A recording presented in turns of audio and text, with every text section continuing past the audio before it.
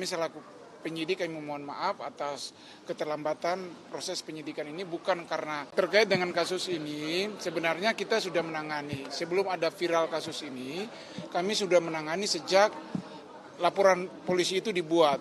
Kami sudah mengantar korban untuk fair. Selanjutnya kami melakukan pemeriksaan saksi pada tanggal 1 November. Saksi yang lain berikutnya dan terlapor juga sudah kami melakukan pemeriksaan sebelum kasus ini viral.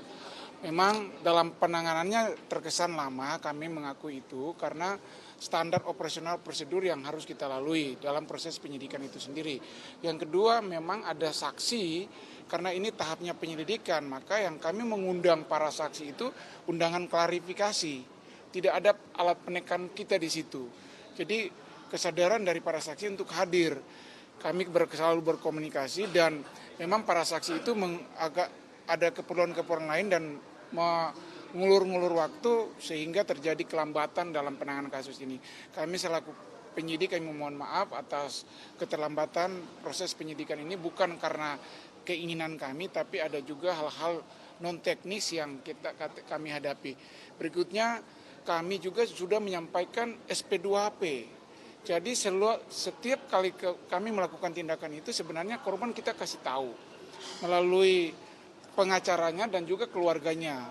Memang kami tidak memberitahu langsung kepada korban karena kita menghubungi keluarga korban dan juga pengacaranya. Kita memberikan SP2HP. Itu yang mungkin kita dapat kami sampaikan. Selanjutnya saat ini kasus sudah di tahap penyidikan dan tersangka sudah ditahan. Selanjutnya langkah kami adalah menyelesaikan melengkapi berkas perkara dan kami berkoordinasi untuk dengan JPU untuk secepatnya kita mengirimkan berkas perkara. Itu Pak, tadi dalam RDP ada masukan dari Purnawirawan Polri, Pak Riwanto yang pernah menjabat sebagai Humas, pernah menjabat sebagai Kapolda.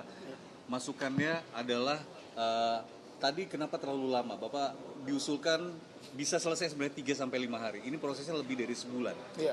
Tanggapan Anda? Memang kalau kita melihat ending daripada kasus ini, kalau kasus ini viral dengan alat bukti yang ada itu cepat, bisa cepat. Karena pada saat pelaporan yang terjadi pada tanggal 18 Oktober kepada pihak Polres Metro Jakarta Timur itu tidak diberikan keterangan-keterangan ataupun dilampiri dengan foto-foto dan video yang viral saat ini. Jadi kami menanganinya layaknya kasus-kasus pidana umum biasa lainnya. Jadi butuh proses tahap penyelidikan, penyidikan, sampai upaya-upaya hukum yang harus kita lakukan. Jadi itu yang kami sampaikan, kalau memang ada bukti yang seperti viral ini, kasus ini kan cepat. Kita tanganinya pasti cepat. Karena awal mulanya itu tidak dilengkapi dengan bukti-bukti foto dan juga video yang sekarang viral itu. Pada saat laporan kan korban datang ke Polres Metro Jakarta Timur, korban sudah bersih, artinya lukanya sudah dibersihkan, sudah dipakai salep. Karena sebelum datang ke Polres laporan, si korban sudah diantar oleh ibu tersangka untuk ke klinik, berobat ke klinik. Jadi pada saat datang, korban kita lihat normal, memang ada bukti luka, dan selanjutnya kami mengantar korban untuk visum. Gitu. Jadi sekarang kami menunggu hasil visum, hasil fair dari ahli. Pak, tadi publik mengapresiasi Bapak minta maaf di dalam, tadi juga Bapak sampaikan kembali. Tapi apakah kemudian, Bapak mengakui tadi ada keterlambatan dari penyidik. Apakah kemudian pihak Anda sebagai atasan tertinggi di Polres akan melakukan evaluasi dengan pihak-pihak yang menangani perkara ini?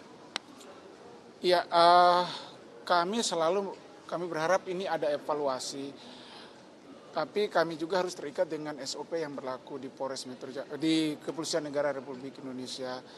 Kami intinya bahwa kami melakukan ini memang keterlambatan bukan karena keinginan kami, tapi ada hal-hal teknis yang kita tidak bisa hindari itu.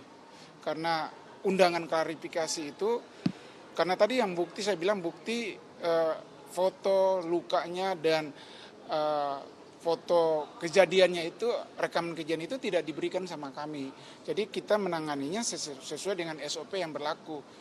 Jadi terkesannya agak lambat. Untuk Jadi mohon. permintaan Komisi 3 agar tidak membedakan penahanan karena alasan keterbelakangan mental, kemudian juga pemeriksaan ahlinya bagaimana ke depannya, Pak? Oh, jadi terkait dengan hal itu kan penyidik tidak bisa menilai ataupun memvonis hal seperti itu.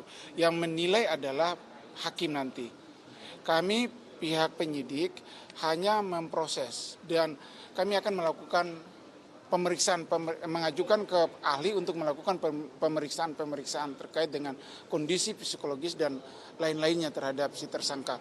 Namun perlakuan terhadap tersangka kami pastikan layaknya tersangka lain kita perlakukan. Kendala teknis yang Anda sebut tadi, foto yang telat disampaikan itu, kenapa nggak pihak Anda yang jemput bola memintanya? Dari awal memang apa tidak diminta kepada pelapor untuk melengkapi melengkapkan bukti itu? Kami kan dalam berita acara itu kan ada pertanyaan terakhir. Sebelum penutup itu kan pasti ada pertanyaan, apakah dalam pemeriksaan ini ada keterangan lain yang akan saudara berikan selain keterangan yang sudah saudara berikan. Disitulah harusnya kan penyidik memberikan peluang kepada si saksi ataupun korban pelapor untuk menyampaikan apa yang dia punya kepada kami. Tapi di situ dia tidak menyampaikan, dia tidak ada lagi jawabannya. Kayak semacam edukasi kepada pelapor, Anda bisa melengkapi dengan bukti video atau foto misalnya kepada diberitahu kepada pelapor. Video yang viral itu sempat Kami sudah meminta, tapi tidak diberikan.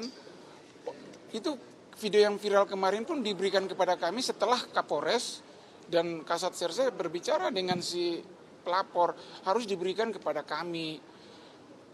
Seperti itu. Oke, cukup. Terima kasih Pak Nikolas. Terima kasih.